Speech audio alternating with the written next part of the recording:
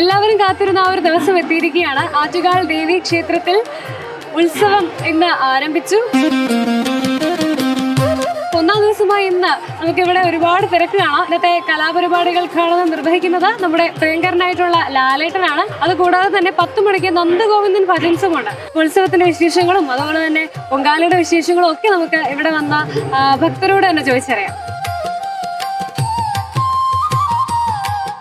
അകത്തെങ്ങനെ തിരക്കൊക്കെ ഉണ്ടോ? അത്രയില്ല. തിരക്ക് അത്രയില്ല. അത് നന്നായിട്ട് തൊഴാൻ പറ്റും. നല്ല തൊഴിൽ.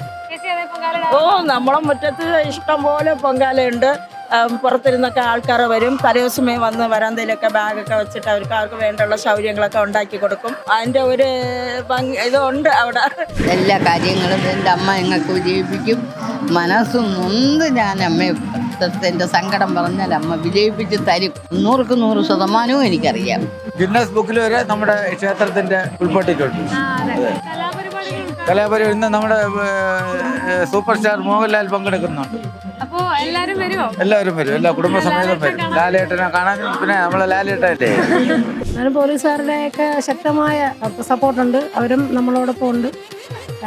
എല്ലാവരും നല്ല കൈയോട് കൈ ചേർത്ത് ആത്മാർത്ഥമായിട്ട് തന്നെയാണ് ഡ്യൂട്ടി ചെയ്യാൻ ഇറങ്ങിയിരിക്കുന്നത്. ലാലേട്ടനും മറ്റേ ഭജന സംഘവും ആയതുകൊണ്ട് ഇന്ന് പ്രത്യേകിച്ച് ഒരു സ്പെഷ്യൽ തിരക്കായിരിക്കും. എല്ലാ വർഷത്തെ കാലം ഈ വർഷം നല്ല രീതിയിൽ നടക്കട്ടെ എന്ന് ഞങ്ങളും പ്രാർത്ഥിക്കുന്നുണ്ട്. ഇനിയും കൂടുതൽ വിശേഷങ്ങൾ ബാക്കിയുള്ള ദിവസങ്ങളിലൊക്കെ തന്നെ നിങ്ങളുടെ മുന്നിലേക്ക് ട്രിവ്യൂ അപ്ഡേറ്റ്സിലൂടെ എത്തും.